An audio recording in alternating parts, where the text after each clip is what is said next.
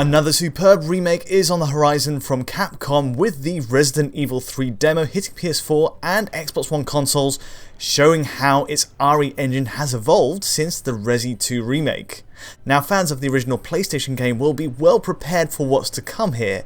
It's a more action-orientated take on the series from the word go, with the threat of Nemesis, of course, looming around every corner. The demo puts you in control of Jill Valentine at the Raccoon City subway, a little further into the original game, and you're tasked to take to the overground overrun with T-Virus infected. What unfolds there shows a marked difference from the last game, certainly in terms of tone, but also the way Capcom's tech is used, most notably on Xbox One X. Now, this slice of gameplay doesn't take much longer than 30 minutes.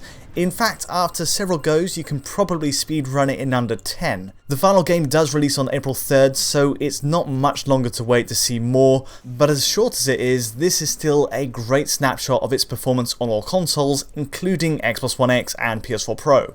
Bear in mind though that this is likely an earlier build from trade events, and the demo really is configured for short bursts. Even down to the layout of zombies, weapons and Nemesis encounters, it's all likely to change. So accepting that, and with consoles in mind, let's dig in and see what's changed since the last game. First up, Resident Evil 3 is by design more taxing than its predecessor. It kicks off around a busy shopping district, and you're armed with just a pistol to start, though you can bolster your options with a shotgun as you go, or even make use of conveniently placed explosive barrels as well to take out clusters of foes. It's a visually dense area too, with bright lit signs that enable the game's high dynamic range support to sing. And that really is the first positive here. The HDR is utterly brilliant once calibrated, much like Resident Evil 2's, and especially with it being set at night time. And while this is an SDR encoded video, it's worth stressing this is one of the better showcases for it, supposing you have a compatible 4K TV. Now, regardless of whether you have it enabled or not, you will need to calibrate the game's brightness settings. Seriously, even playing in standard range, the game is simply too dark to start, but thankfully Capcom gives all the tools you need to tweak the max and minimum brightness values. These are the settings I used myself in fact. Calibrated on an OLED LG B8, your mileage may vary, but this did help avoid crushed black detail, while also sidestepping the dreaded oversaturated brightness. So, what to expect on consoles? Image quality wise, there's a bit of a precedent set here with the last remake, but there is a twist. To start, Xbox One X appears to now target a full 3840x2160 image, as opposed to the 2880x1620 target we saw in Resident Evil 2, and that comes with temporal anti-aliasing enabled. There's signs of a reconstruction technique, perhaps, with edges showing obvious breakup in movement, but a full 4K is what X resolves to, with all visual elements being still. The results aren't necessarily as sharp as you might expect, but moving to PS4 Pro, it's still a step up over the 1620p target we have on Sony's enhanced console, which is unchanged from the last game. Again, there we do see artifacting, pointing to a similar reconstruction method, but all round, X is pushing more pixels this time. This is an unusual term for X, and the fact is the higher pixel count does affect frame rate, as I'll cover later on. It's also curious to note that it's not the first time we've seen this. Only recently, I checked out the Project Resistance demo, an asymmetrical multiplayer game at XO19. It was an early build, but still, it was running on the same fundamental tech. There we had 3840x2160 native, with temporal anti-aliasing again running over the top, and all to the tune of sub 60 FPS performance. It seems like between Resident Evil 2 and Project Resistance, there's been a change of heart in how best to squeeze the Xbox One X hardware, and we're seeing simply higher pixel counts all round. Perhaps it's not here to stay for the final build, but that's how the demo stands. A quick note on the base consoles as well. Base PS4 is the most straightforward as ever in running at 1920x1080 as the target image, while if we're to move to base Xbox One, we've got a similar peak of 1080p. However, the image can and will soften, thanks to a dynamic resolution technique that pushes it closer towards the 900p mark based on GPU load, and also numbers in between. It's not wildly different to the setup in the Resident Evil 2 remake. If you like the results there, you'll be right at home this time. There's no skirting the point that base Xbox One pushes the blurriest image of the bunch, but I've got to say it does still get a reasonable picture out all round.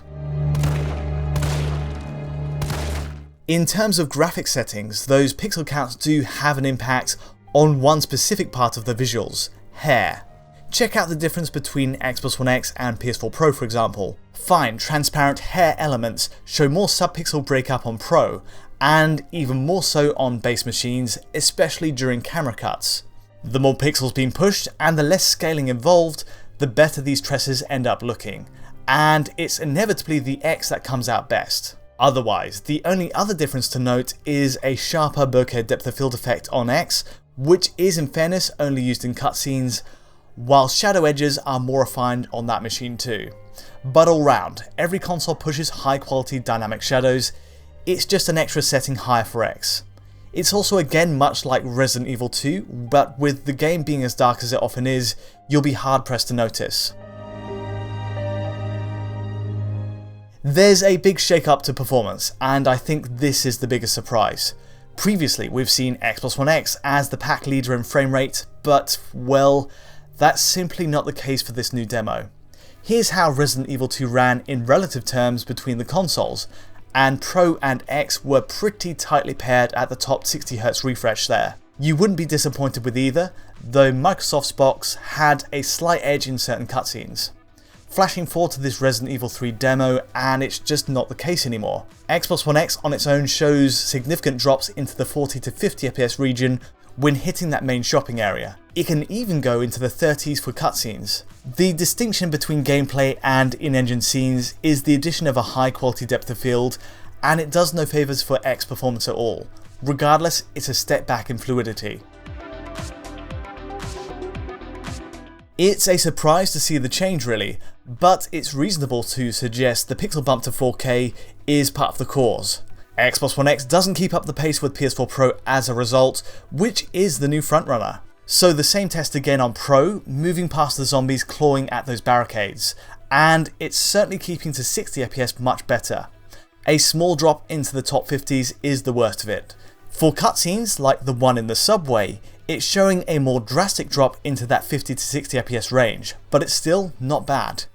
PS4 Pro as it stands for this demo is by far the best performing version. In fact, I ran the entire demo through the analysis tools and it's a league ahead of X, simply by virtue of keeping at the 1620p target that worked before. The base machines follow that same pattern as Resident Evil 2. Long story short, these two really do need a 30 FPS cap to even out the frame times on the left side. For a sense of perspective, here's all four consoles running in one go, and I've put the X console in red this time to highlight where it stands. Relatively speaking, X is sometimes worse than the base consoles, especially with those close-ups on characters, while other areas show it neck and neck with base PS4. Generally speaking, it is better, and the base Xbox One struggles most. Case in point, shooting red barrels, you're pushing that machine down to 25 FPS. There's no doubt that's where the biggest frame rate troubles are, while X and base PS4 barely scrape the 30 FPS line here. But still, none of this is ideal.